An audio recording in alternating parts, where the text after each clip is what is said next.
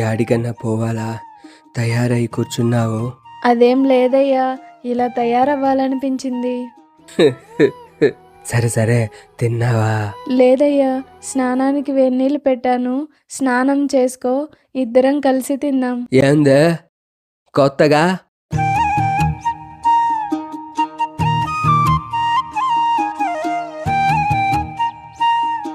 తాగొద్దయ్యా, ఇప్పటికే నీ ఆరోగ్యం చాలా చెడిపోయింది.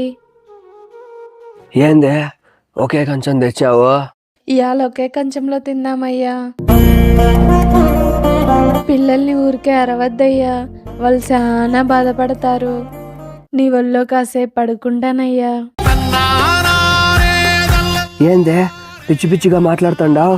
పక్కింటి ఎల్లమ్మ కాడ 1000 రూపాయలు తీసుకున్నానయ్యా, ఇచ్చేయాలా? ఇద్దాంలే.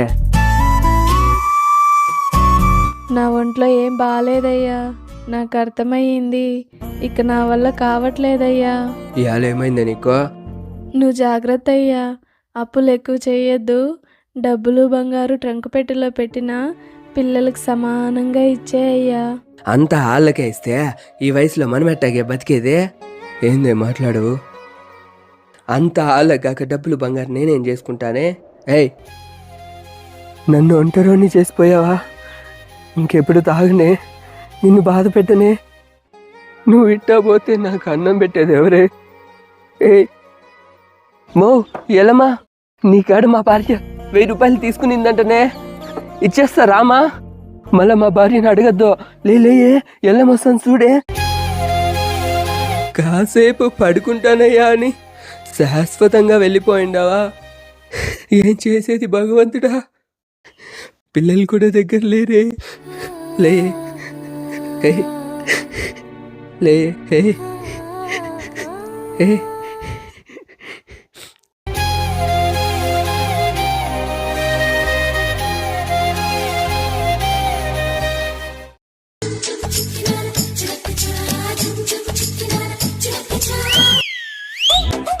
సుజయ్ గారు, నా బండిలో పెట్రోల్ అయిపోయింది, నేను తొందరగా వెళ్ళాలి. నాకు మెయిన్ రోడ్ వరకు కాస్త లిఫ్ట్ ఇస్తారా? ప్లీజ్ సుజయ్ గారు, ప్లీజ్ సుజయ్ గారు. అయ్యో, నేను ఒక్కదాన్నే ఉంటే తప్పకుండా లిఫ్ట్ ఇచ్చేదానండి. మేము ముగ్గురు ఉన్నాం కదా, అందుకే లిఫ్ట్ ఇవ్వలేకపోతున్నామండి కదా బావా? మీకు ఎప్పుడు లిఫ్ట్ కావాలన్నా నన్నే అడగండి అమ్మగారు. మీ సొంత మనిషిని అనుకోండి నన్ను.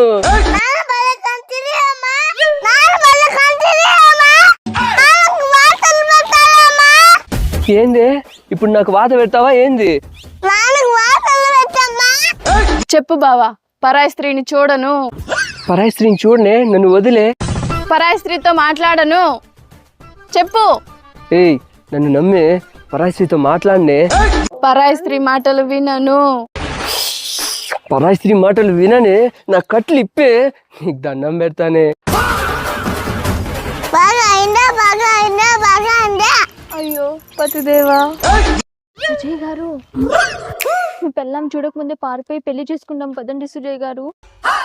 అలాగే అమ్మగారు.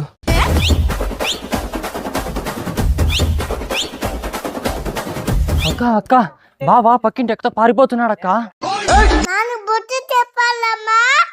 ఖచ్చితంగా చెప్పాల్సిందే మనవడా.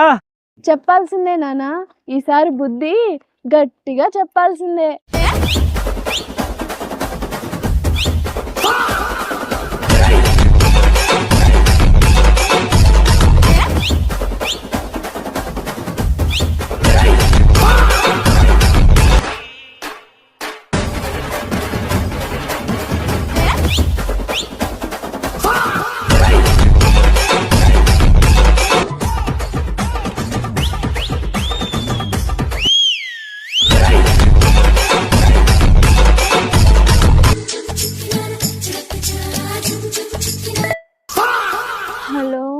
అక్క, మీ నాన్న నీకు ఒక మంచి సంబంధం చూశాడక్క. అబ్బాయికి 5 లక్షల శాలరీ, అమెరికాలో జాబ్ అంట. అమ్మగారు అమ్మగారు, ఈ రోజే నిన్ను చూడ్డానికి వస్తున్నారంటక్క. అవునా? అమ్మగారు అమ్మగారు, ఇప్పుడు నన్ను వదిలేసి వెళ్ళిపోతారా? అక్కడ 5 లక్షలు శాలరీ అంటే సుజయ్ గారు. అవునే, నీ పెళ్లి ఖచ్చితంగా జరగాల్సిందే. ఇలాంటి సంబంధం ఎవరైనా వదులుకుంటారా? అమ్ము, అమ్మగారు,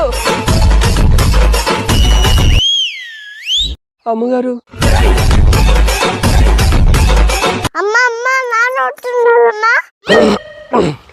గాలివానలో వాన నీటిలో ప్రేమ ప్రయాణం.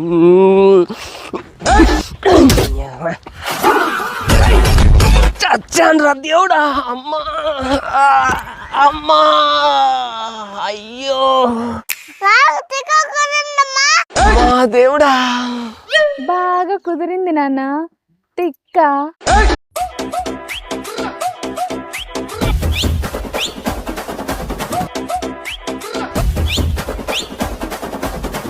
ఏం చేస్తున్నావు బావా?